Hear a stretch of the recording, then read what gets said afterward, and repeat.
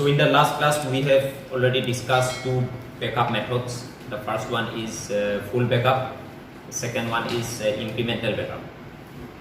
So in this video I am going to discuss about the next three backup methods, that is differential backup, mirror backup and online backup. Differential backup method. In this method all the files that have been modified since the last full backup are copied. Differential backup আৰু incremental backup এটা difference আছে, যদিও কথাখিনি প্ৰায় একেই। ডিফাৰেন্সটো হৈছে কি, incremental backup হৈছে এনেকুৱা ধৰণৰ এটা backup, ফুল backup কৰা পিছত নতুনকৈ যোনখিনি ফাইল মডিফাই কৰা হ'ল সেই ফাইলছবিলাকৰ পৰা গোটেইখিনি ফাইলছ নহয়, সিলেক্টেড কেইটামান ফাইলছ লৈ পেলাই যদি আমি বেকআপ ফাইল এটা ক্ৰিয়েট কৰোঁ তেতিয়াহ'লে সেইটো ইনক্ৰিমেণ্টেল বেকআপ বুলি ক'ব। আৰু ডিফাৰেন্সিয়েল বেকআপ মানে হৈছে ফুল বেকআপ কৰাৰ পিছত নতুনকৈ যিমানখিনি ফাইলছ ক্ৰিয়েট কৰা হ'ল বা মডিফাই কৰা হ'ল সেই গোটেইখিনিক লৈ পেলাই যদি তুমি বেকআপ ফাইল এটা ক্ৰিয়েট কৰা তেতিয়া সেইটো ক'ব ডিফাৰেন্সিয়েল বেকআপ। বাকী কথাবিলাক একেই লিখা আছে। ছাপ'জ যেনিবা level 0 to full backup, level 1 to differential, level 2 to differential, এই কথাখিনি একেই। আৰু ইয়াত এইখিনি কথাও লিখা আছে। ছাপ'জ যেনিবা তোমালোকে সোমবাৰ দিনা ফুল বেকআপ কৰিলা, তাৰপিছত পিছৰ 3 দিনা ছাপ'জ যেনিবা মানে টিউজডে, ৱেডনেছডে আৰু থাৰ্ছডে, এই 3 দিন ছাপ'জ যেনিবা নতুনকৈ বেকআপ ফাইল ক্ৰিয়েট কৰিলা, তেতিয়া সেইটো ডিফাৰেন্সিয়েল বেকআপ হ'ব। সেই কথাবিলাক একেই লিখা আছে। এতিয়া এডভান্টেজখিনি চোৱা। ডিফাৰেন্সিয়েল বেকআপৰ এডভান্টেজবিলাক কি কি? Restoration is faster than the incremental backup method. ডাটাটো যেতিয়া আমি ৰিষ্ট'ৰ কৰোঁ বা ফাইলছখিনি যেতিয়া আমি ৰিষ্ট'ৰ কৰোঁ তেতিয়া খুব সোনকালে ৰিষ্ট'ৰ হয় as compare to incremental backup. ঠিক আছে। ইনক্ৰিমেণ্টেল বেকআপৰ ক্ষেত্ৰত যিমানটো টাইম লাগে ফাইলটো ৰিষ্ট'ৰ হওঁতে তাতোতকৈ অকণমান বেছি ফাষ্ট হয় তাৰমানে ৰিষ্ট'ৰ হওঁতে। 2 নম্বৰতে কৈছে backing up is faster than the full backup method. সেইটোতো হ'বই, কাৰণ ফুল বেকআপ মেথডৰ ক্ষেত্ৰত এণ্টায়াৰ ফাইলছবিলাক কপি হৈ পেলাই যায়, গতিকে সেইটোতো টাইম লাগিব। গতিকে ডিফাৰেন্সিয়েল বেকআপৰ ক্ষেত্ৰত নতুনকৈ যোনখিনি ফাইলছ মডিফাই কৰা হৈছে ফুল বেকআপ কৰাৰ পিছত অকল সেইখিনিহে যাব, গতিকে অকণমান ফাষ্ট হ'ব, সোনকালে হৈ যাব। নাম্বাৰ 3টো কৈছে the storage space requirements are lower than the full backup method. এইটো হয়, কাৰণ ফুল বেকআপৰ ক্ষেত্ৰত ষ্ট'ৰেজ কেপাচিটিটো অকণমান বেছিকৈ লাগিব।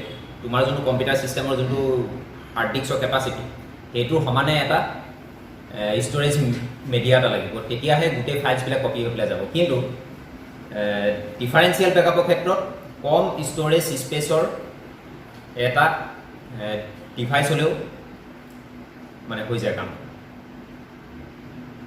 এতিয়া চোৱা disadvantage. Restoration is still slower than the full backup. Full বেকআপৰ ক্ষেত্ৰত ছিংগল ফাইল এটা ৰিষ্ট'ৰ হয়, সেইটো কাৰণে অকণমান ফাষ্ট হয়। কিন্তু ডিফাৰেন্সিয়েল বেকআপৰ ক্ষেত্ৰত আমি পাৰ্টকৈ কেইবাটাও ফাইল ক্ৰিয়েট কৰাৰ পিছত সেই ফাইলটো আমি কপি কৰি থওঁ, গতিকে ৰিষ্ট'ৰ কৰাৰ সময়ত এটা এটাকৈ যেতিয়া আকৌ ৰিষ্ট'ৰ হয় অকণমান টাইম লাগে সেইটো কাৰণে। ঠিক আছে। সেইটো কাৰণে ফুল বেকআপতকৈ টাইমটো অকণমান বেছি লাগে ৰিষ্ট'ৰ হওঁতে। সেইটো হৈছে ইয়াৰ এটা ডিছএডভান্টেজ।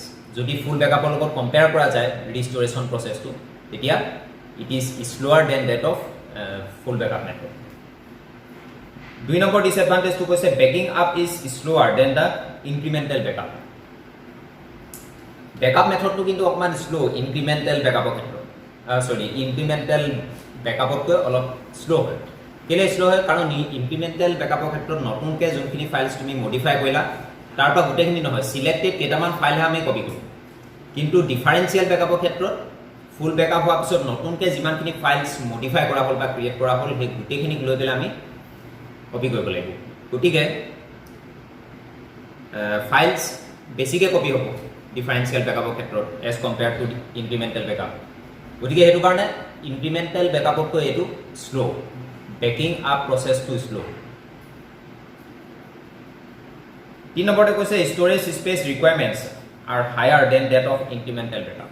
যিহেতু বেছিকৈ ফাইলছ যাব গতিকে ষ্ট'ৰেজ স্পেচটো বেছি লাগিব ইনক্ৰিমেণ্টেল বেকআপত। নেক্সট আহিলে এতিয়া মিৰৰ বেকআপ মেথড।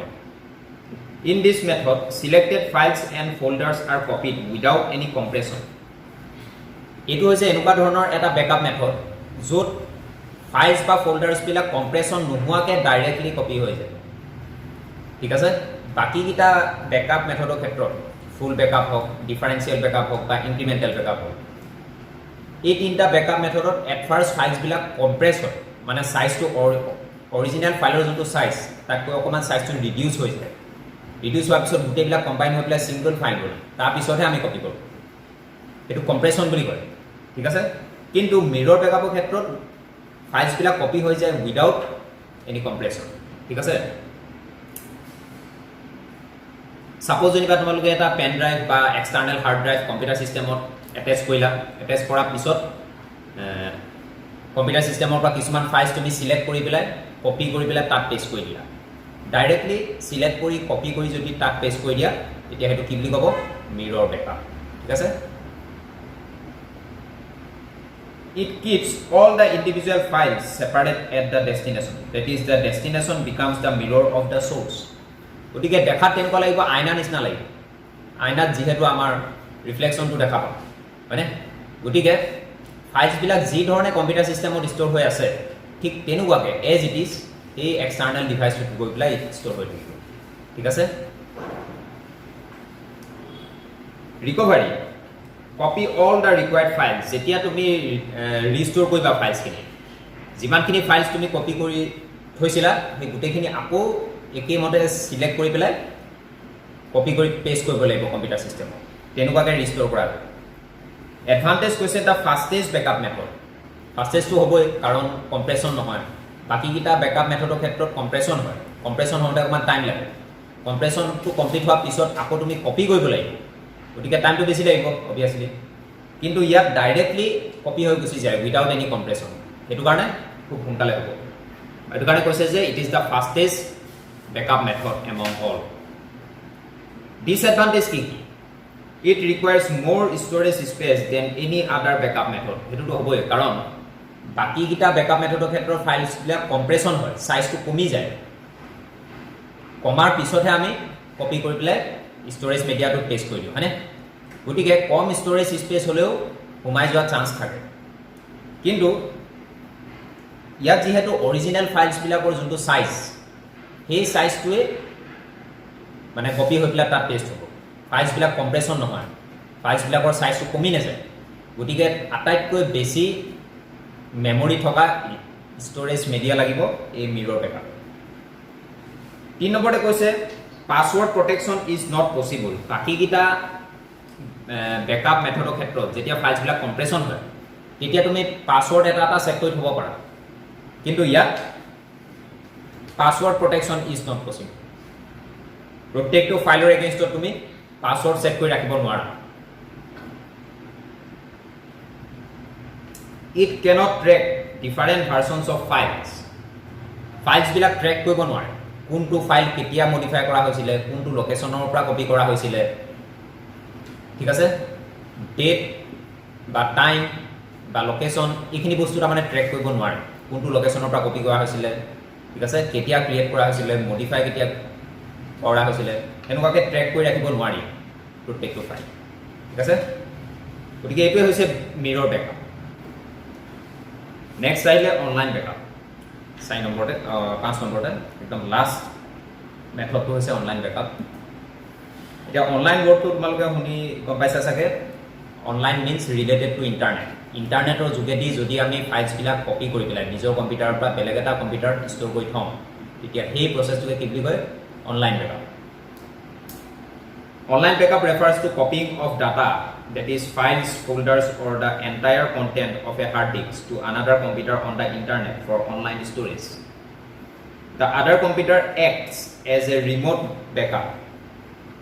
যোনটো কম্পিউটাৰ তুমি ইণ্টাৰনেটৰ যোগেদি ফাইলছবিলাক কপি কৰি ষ্ট'ৰ কৰি থবা সেই কম্পিউটাৰটো কি বুলি ক'ব ৰিম'ট কম্পিউটাৰ নহ'লে ৰিম'ট বেকআপ বুলি কয় If you lose any file from the original computer, you can connect to the other computer on the internet and restore it. Suppose যেনিবা তুমি খুব আঁতৰত আছা তেতিয়াও যোনটো কম্পিউটাৰত ফাইলছবিলাক ষ্ট'ৰ হৈ আছে সেই কম্পিউটাৰটো বেলেগ এটা কম্পিউটাৰৰ লগত কানেক্ট কৰি পেলাই বেলেগ এটা কম্পিউটাৰলৈ তুমি ফাইলছবিলাক ৰিষ্ট'ৰ কৰি ল'ব পাৰা ঠিক আছে গতিকে এইটো হৈছে ইয়াৰ এটা এডভান্টেজ যোনটো বাকীবিলাক বেকআপ মেথডৰ ক্ষেত্ৰত পচিবল নহয় ঠিক আছে Some examples of online backup software are Back2Zip 2.0 and SyncBack. কিছুমান ছফটৱেৰ আছে সেই ছফটৱেৰবিলাক তুমি এট ফাৰ্ষ্ট কম্পিউটাৰ চিষ্টেমত ইনষ্টল কৰি ল'ব লাগিব তাৰ পিছতহে তুমি অনলাইন বেকআপ কৰিব পাৰা যেনে Back2Zip 2.0 SyncBack etc. এডভান্টেজবিলাক কি কি অনলাইন বেকআপৰ data can be restored to any computer online connected to the internet এই কথাটো ক'লোৱে মই অলপ আগতে ছাপ'জ যেনিবা তোমাৰ কম্পিউটাৰটো সেই কম্পিউটাৰৰ লগত কানেক্ট কৰিব পৰা নাই বা ছাপ'জ যেনিবা তুমি খুব আঁতৰত আছা তেতিয়াও তুমি বেলেগ কম্পিউটাৰ যোগেদিও সেই ৰিম'ট কম্পিউটাৰটোৰ লগত কানেক্ট কৰি পেলাই ফাইলছবিলাক আকৌ ৰিষ্ট'ৰ কৰিব পাৰা ঠিক আছে এইটো হৈছে ইয়াৰ এটা এডভান্টেজ 2 নম্বৰ এডভান্টেজটো হৈছে data is stored safely at some other places that is far away from the original data বাকীবিলাক বেকআপ মেথডৰ ক্ষেত্ৰত তুমি ষ্ট'ৰেজ মিডিয়াটো নিজৰ কাষ্টডিত ভালকৈ ছেফলি ৰাখিব লাগিব ঠিক আছে কিন্তু অনলাইন বেকআপৰ ক্ষেত্ৰত ডাটাটো খুব আঁতৰত থাকিব ফাৰ away from the original files আৰু আঁতৰত থকাৰ কাৰণে আটাইতকৈ মষ্ট ছেফটি বুলি কৈছে কাৰণ